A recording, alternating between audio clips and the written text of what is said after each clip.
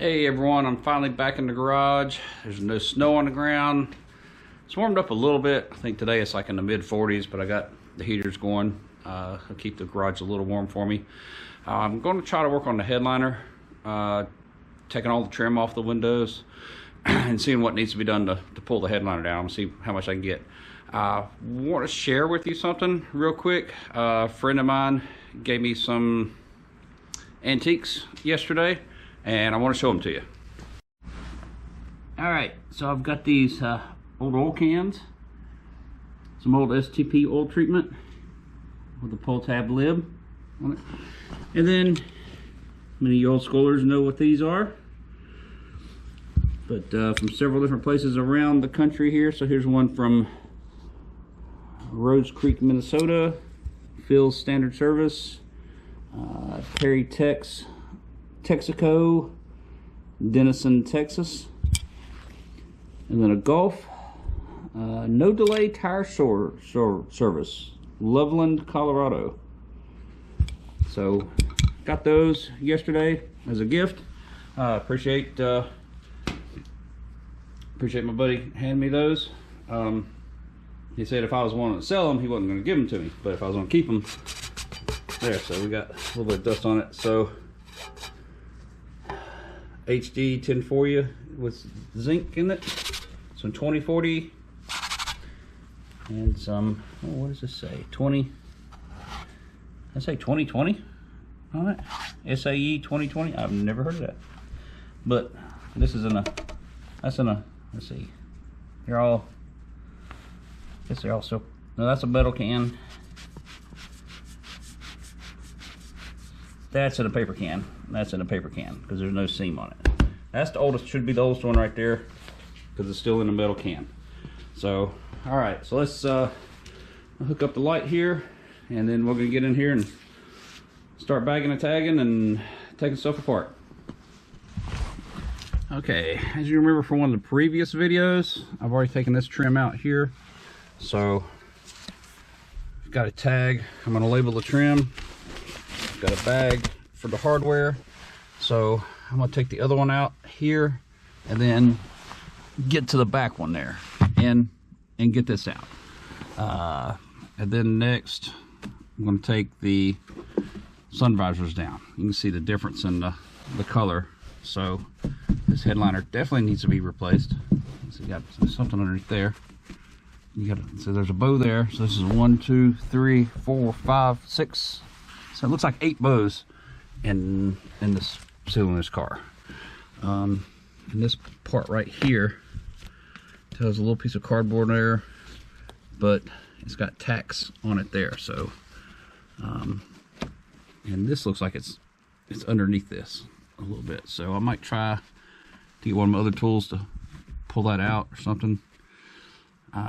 It's one of these, I'll figure it out as I go along. But I have watched a couple of YouTube videos, and I saw somebody else on their 52 what it kind of looked like, but they had a lot more stuff pulled out prior to doing their videos. So it'll help out a little bit, but let's get on with this. All right, something I want to note really quick when taking all the hardware out here, just the screws. I noticed that the long screws were on the bottom. So on my bag, I've noted on the bag long screws to the bottom. You can see the bottom of it has these here. So, and that's it kind of helps it pop in and hold in place a little bit. But then the screws are really what hold it in place. But it's got a couple little tabs here and there. Just be careful with those when you pull them out. All right, I got the visors down, but here's another great example of what the original color of the headliner was. And that's what it is now. So this thing's probably causing at least half of the smells inside the car, probably from the headliner. And there could be a, never know, there could be a mouse nest up there or something. And that right there feels like it's a little padding in it or something. That one does too. That one doesn't. One thing I did do, I didn't intend to do, I put my elbow into the seat and it crashed through. You see there's a little, I guess the fabric underneath there. Interesting little pattern there.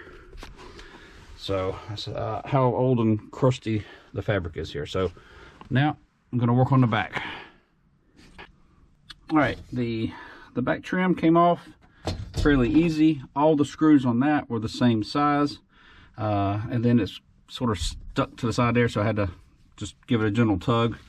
The package shelf here, you know, it's seen its better days, so pull the package shelf off. This right here looks pretty good. You've got the you know, the headliner right here, so there's part of it there, and there is that I don't think that's a rat's nest. I think that's insulation there, or sound deadening. So now you see part of the headliner actually comes all the way down here. So now I gotta get this out of the way, get my shadow out of the way, get the little coat hangers off, and get the overhead light off as well. And then that'll be it. All right, everybody, on the overhead light, it's not held in with screws, so you've got 4 pieces of metal. They're slightly twisted, so I'm going to very carefully twist them out to align with the slots in there to get them out. I hadn't been able to get the light bulb out; it's kind of stuck in there, but that's to get the overhead light out. So let me do that. All right, that came down fairly easy. And see, this one's got 3 wires going to it. You got 1 wire right here that goes to the switch that's on it, and then 2 other wires coming in here. So you turn the switch, and I don't know if this is power or ground. I'm going to try to assume it might be. Well, it would be ground, because this would be grounded too, but, or I would guess, but I'll have to look that up to see exactly how it works, if it's feeding power or if it's feeding ground. Not quite sure on that. Since it's on this side of it and that's there, I would just assume it's feeding ground. But I'll have to look into the wiring diagram on that. So now at the point, I'm going to probably start from the back here and start taking the headliner out, and then work my way towards the front on it. All right, one thing I've noticed as I start peeling back, it's got little teeth right here that it's kind of dug into. So here's part of the wiring right here. Come across my first bow right here at the back. So, and that goes all the way up. There is some more steel padding, so there's a substantial amount of padding up above this. It's the same kind of padding that's right here.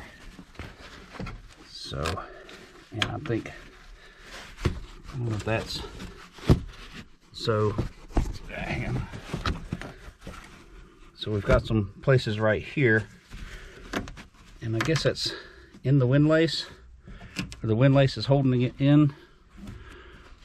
Something, I'm not sure, but I'll find out when I take this apart. So I'm gonna try to get the first bow out on both sides here, and then still work my way toward the front. All right, quick update part of the way through the process. So I decided to leave the bows in. You know, it's very particular where the bows go, but it's keeping the padding up.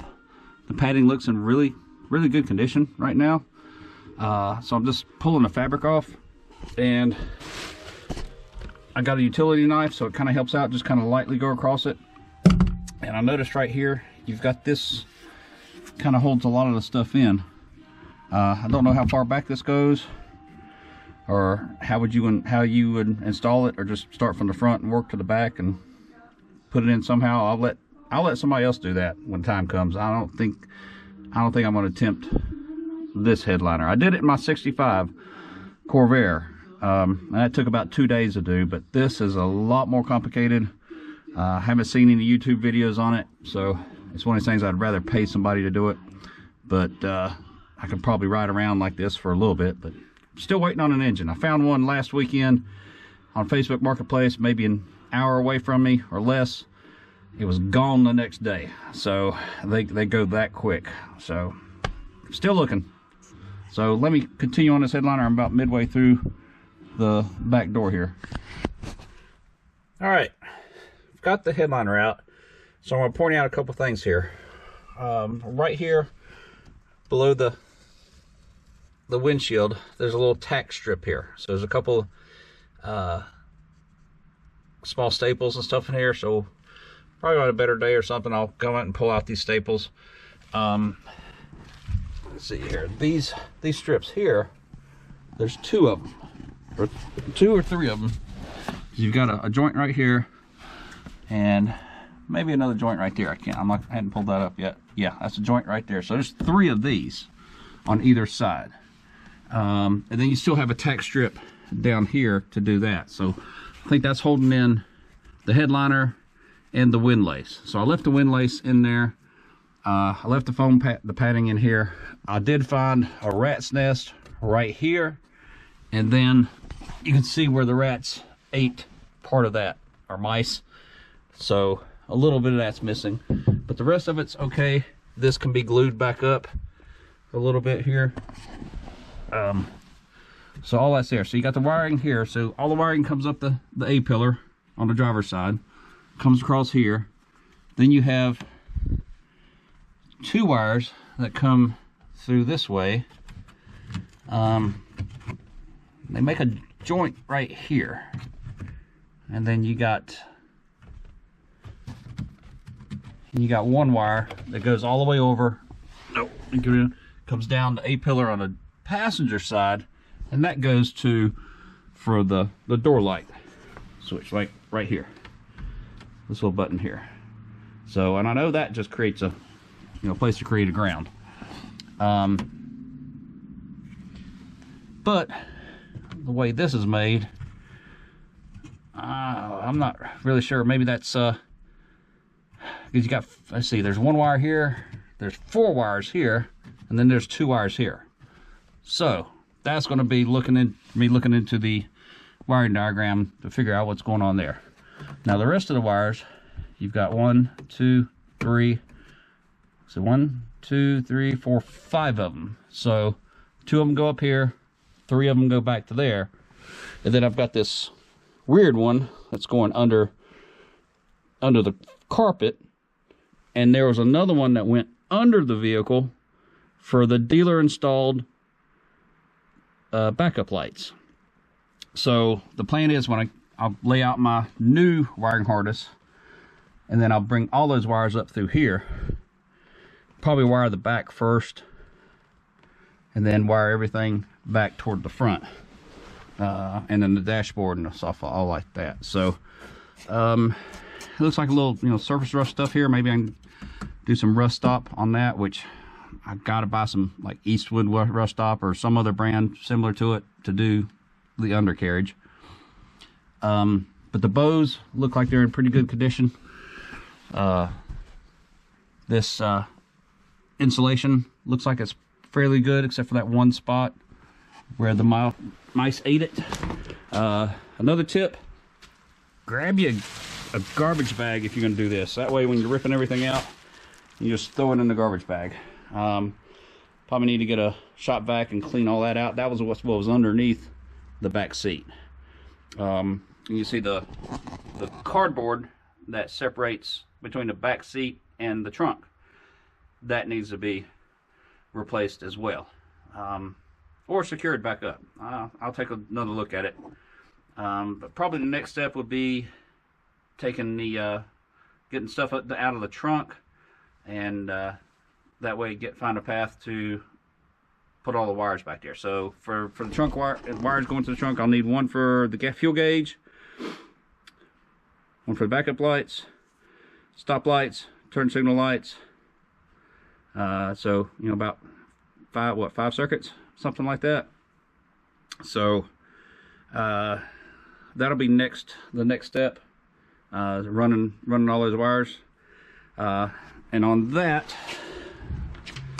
do another tip for you. So let's see if I can find it here.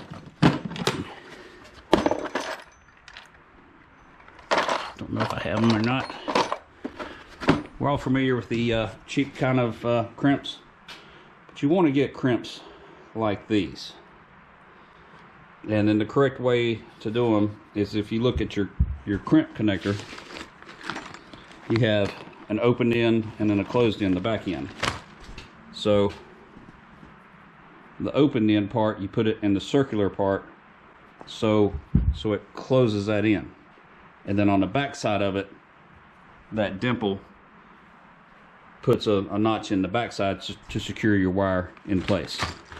Now on these, I think what I'm going to do, I'm going to make sure I cover a lot of them with some heat shrink, so the ends, I've got some heat shrink on them to cover them up. But that's supposed to be all the hardware for this, but need to grab I think the instructions for this are in my house. So, but at least on this, all the wires are labeled with everything, so you know what everything is. You've got all your relays there, and I can probably just set this in the floorboard and start running the wires just a circuit at a time until I get them changed out, and that'll be that. First step towards converting this to 12 volt from the 6 volt. So they'll have better, headlights will be brighter. Be able to put electric windshield wipers in there instead of these vacuum windshield wipers. So when restoring a car, safety is a primary concern, especially at the Corvair Center. Brakes, fuel, tires, make sure everything's safe on the car. Even if no matter what it looks like, it doesn't matter. If you're not safe, you're not safe. But there you have it on removing the headliner. Like I said, I'll probably pay somebody to install it, unless I find a really good video on YouTube. If any of y'all know of a really good video on YouTube about installing a headliner on one of these cars, share it with me, tag me on it, something like that. I'd love to see it to decide on whether or not to do it myself. But this probably looks like a week-long job or something like that if I tried it. But thanks for watching. Sorry for the big delay in between videos, because there was snow on the ground, ice on the ground. It was 30 degrees in here. I didn't really have anything other than a kerosene heater and then a propane heater. It doesn't want to stay lit today for some reason. It's 49 in here right now. It's raining outside, so but next week it's supposed to be 70 degrees, so it's going to warm up nice. It'll be great to start in here, and I'll probably do some work on it in the middle of the week, just some cleaning up work and stuff to keep the work area clean before doing anything else. But like I said, thanks for watching. Appreciate all the new subscribers I got. I'm getting close to 100, so whoever's the 100th one, yay. Well, I'll point that person out whenever I get to it, if I know who it is. Like I said, make sure you like it and subscribe to it, tell your friends about it, and I appreciate the tips that some of y'all put on the comments and stuff. And I do like, if you put something on there, a question about something, I'll try to answer it, or answer it the best I can, and my experience on this car. Thanks again.